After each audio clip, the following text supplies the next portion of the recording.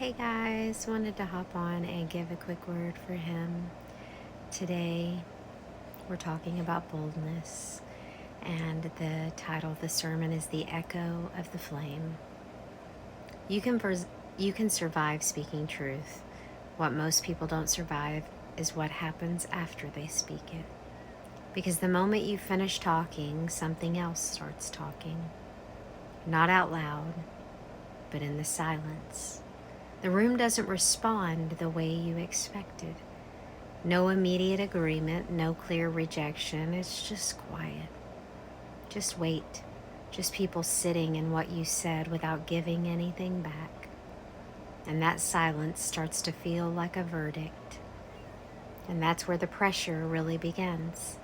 Not in the message, but in the aftermath. Not in the delivery, but in the delay of response. And that is exactly where the Apostle Paul is when he prays in Ephesians 6:19 and 20. That I may open my mouth boldly, not bold enough to speak once, but bold enough not to retract, reshape, or rewrite what God said just because the room didn't answer back. In Ephesians, Paul says that I may open my mouth boldly to make known the mystery of the gospel as I ought to speak. This is not a man asking for personality. He's not asking for applause or acceptance. This is a man asking for something far more serious. God, don't let me lose my voice under this pressure. Don't let me go silent when the rooms get heavy.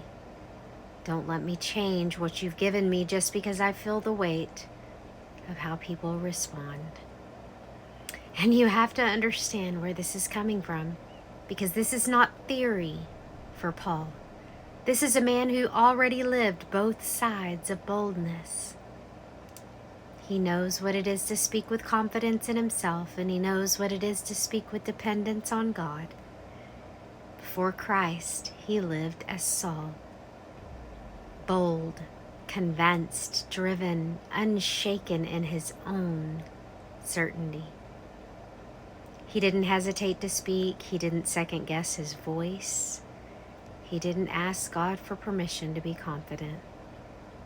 He had a kind of boldness that was fueled by self-assurance, and that kind of boldness feels powerful in the moment.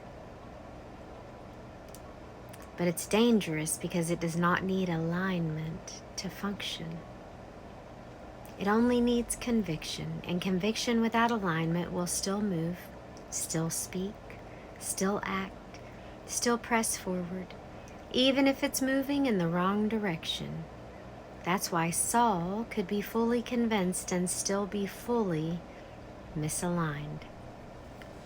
But then Jesus meets him and everything changed. Not just what he believes, but where his confidence lives. Now he is still bold, but he's no longer boldness rooted in himself. It's a boldness rooted in dependence.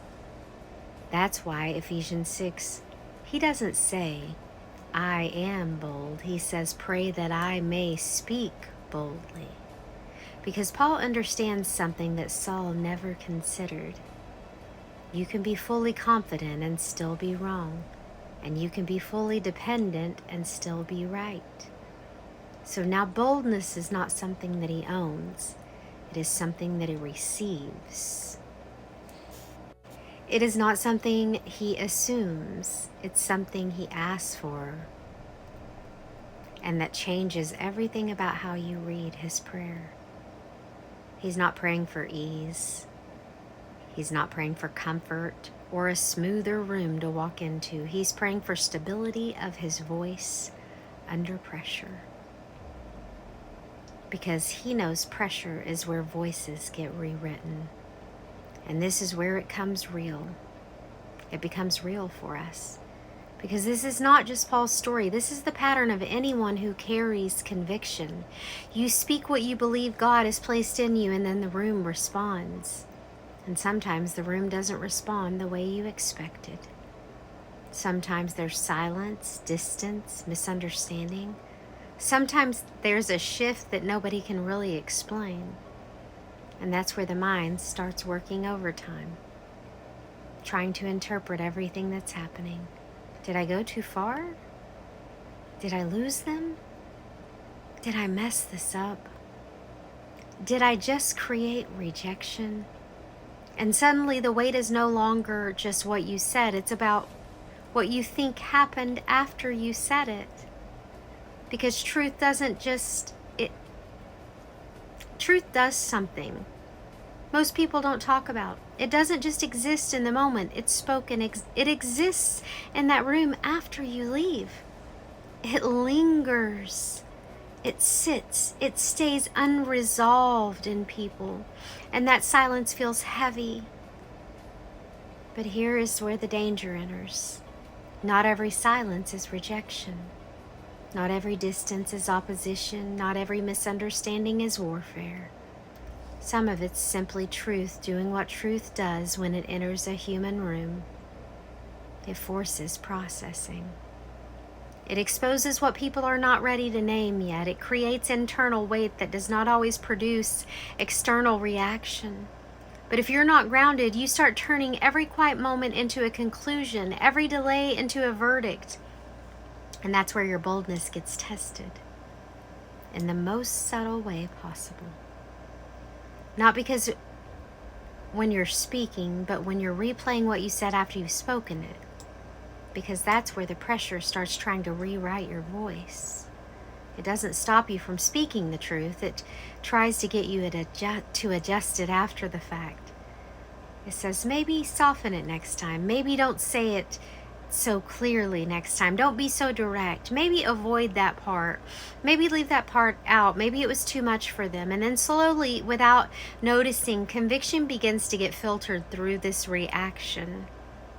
But Paul refuses that drift.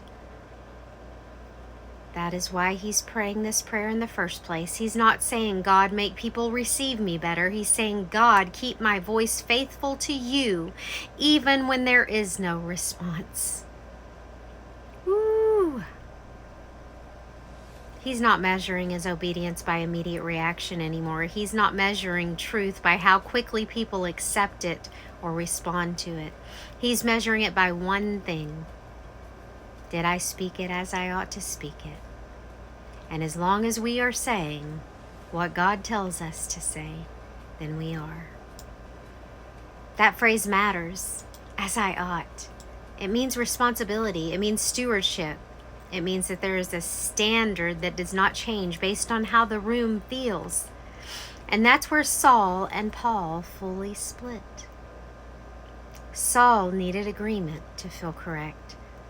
Paul does not need agreement to remain faithful. Saul's boldness depended on certainty in himself. Paul's boldness, it depended only on obedience to God. Saul spoke to prove something. Paul speaks because something was entrusted to him. And that's why Paul can survive what many people cannot. Unresolved rooms. Because he's no longer trying to control the interpretation, the reaction. He is trying to preserve his obedience to God. So when the room gets quiet after the truth is spoken, Paul doesn't panic.